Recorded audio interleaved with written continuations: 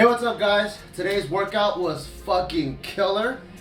And I don't know if it's because I was really fatigued from Monday's workout or it's because I'm balancing training Gio and also David So at the same time. But I think just having my mind in like 5 different places, it was a little bit harder for me to pull focus into the workout. I started the workout with front squats and I'm starting to peak my front squats a little bit. So I moved from 3 sets of 8 to 3 sets of 5.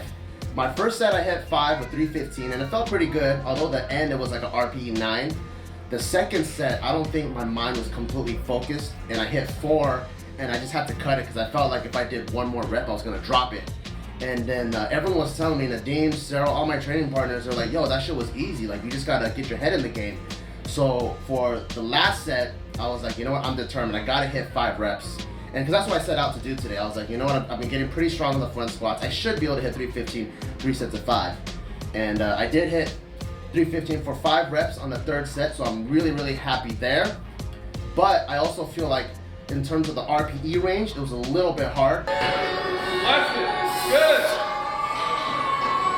Good. Come on. Let's go, boys. Come on. Up. Come on. Left one.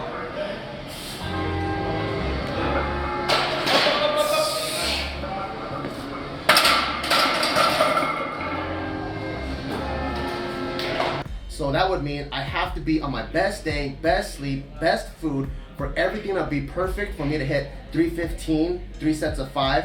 And those are too many factors that are too perfect, and if I fuck up, I'm gonna grind. So next week, I'm actually gonna drop the weight a little bit, and I'll probably work around 295 or 305 and get that moving really fast before I add the weight and try to do 315, 3 sets of 5 again. Afterwards, I cut it by 10%, and I did 280 for a set of 5, and I was really tired.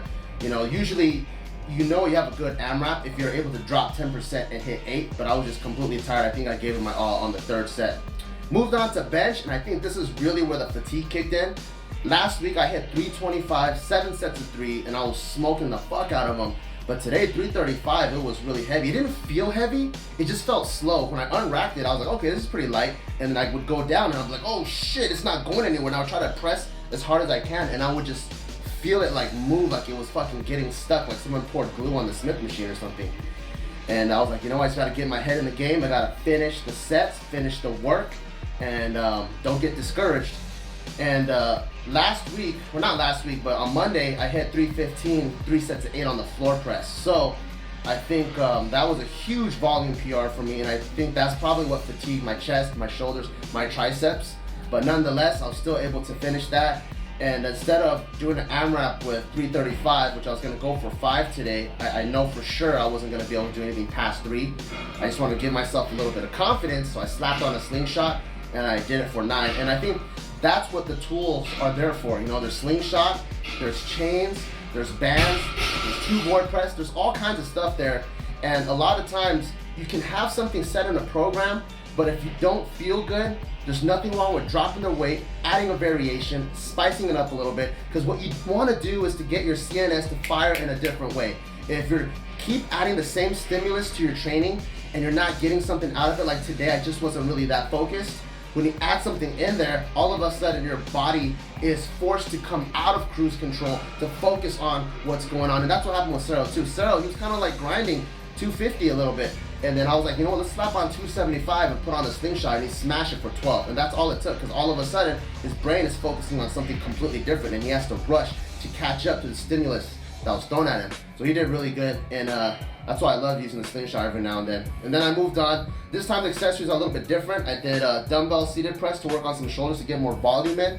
I realized when I was doing the standing overhead press for strength for sets of 5, my triceps would be completely fatigued from the bench by the time I got there. So now I really want to build up my shoulders because it is getting close to summer and I want to start looking sexy. So I'm trying to put some more size on my shoulders, do some more hypertrophy and volume work there.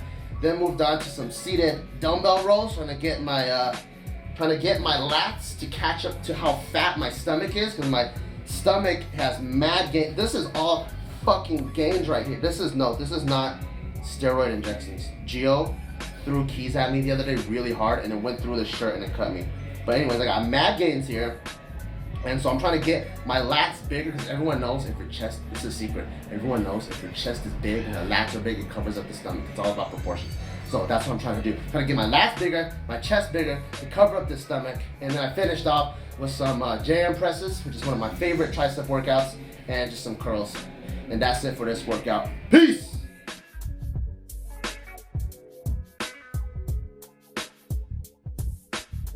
Again, and it started to feel really warm. On my third set, which is my top set, I put 275 on, slapped the belt on, and it felt really good. The 275 with the belt felt just like 225 beltless, so I was really happy with that.